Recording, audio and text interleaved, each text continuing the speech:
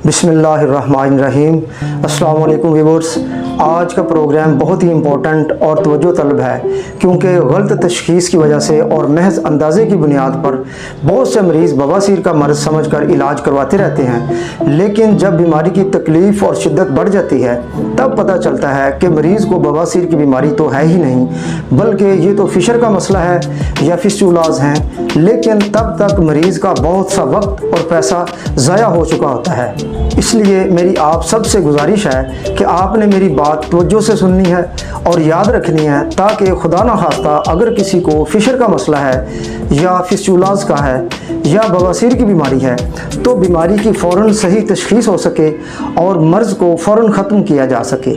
Viewers, आगे बढ़ने से पहले रिक्वेस्ट है कि अगर आप ये प्रोग्राम फेसबुक पर देख रहे हैं तो पेज को फॉलो ज़रूर करें, और अगर आप यूट्यूब पर देख रहे हैं तो काइंडली चैनल को सब्सक्राइब ज़रूर कर लें। Thank you. व्यूअर्स, फिशर्स, फिस्टुलाज़ और बवासीर, याद रखें ये तीन अलग अलग बीमारियां हैं। जिस तरह इनके नाम मुख्तलिफ हैं, बिल्कुल उसी तरह इन तीनों बीमारियों की एनाटमी यानी शक्ल और इलाज का तरीका भी अलग अलग होता है।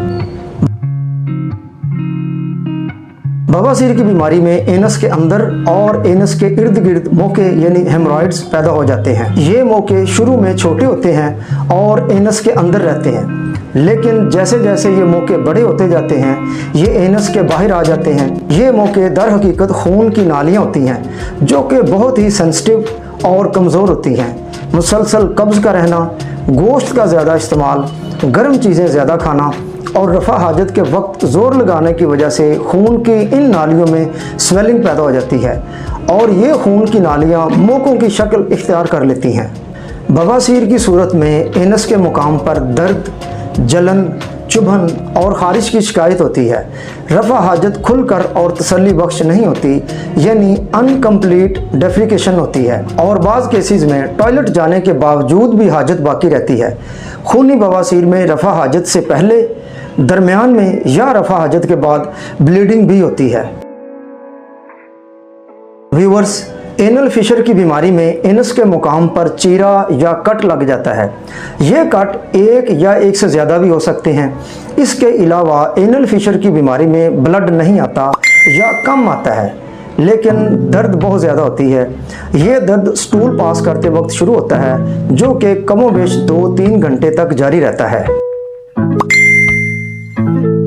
व्यूअर्स, फिस्टुलाज़ बवासीर और फिशर के बरअक्स टोटली एक डिफरेंट बीमारी है। याद रखें, फिस्टुलाज़ फ़ौरन और डायरेक्ट नहीं बनते। फिस्टुलाज़ के बनने के पीछे कोई ना कोई हिस्ट्री ज़रूर होती है। मसलन पेरीएनल रीजन में कोई एब्सेस या फोड़ा हो सकता है, या एनल ग्लैंड्स में इन्फेक्शन का हो जाना जो कि अक्सर कब्ज़ की वजह से होता है, या रेक्टम के अंदर स्वेलिंग की वजह से पस बन जाती है और ये स्वेलिंग आहिस्ता आहिस्ता बाहर की जानिब आ जाती है और एक एब्सेस या फोड़ा बन जाता है।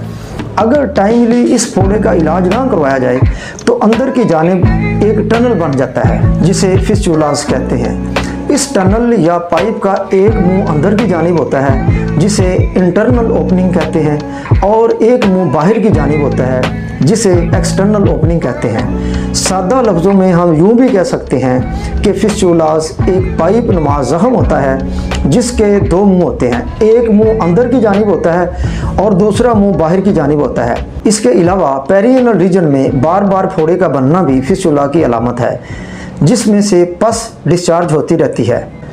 पस की रंगत शुरू में सफ़ेद, फिर जर्द और शदीद हालत में सुर्ख होती है।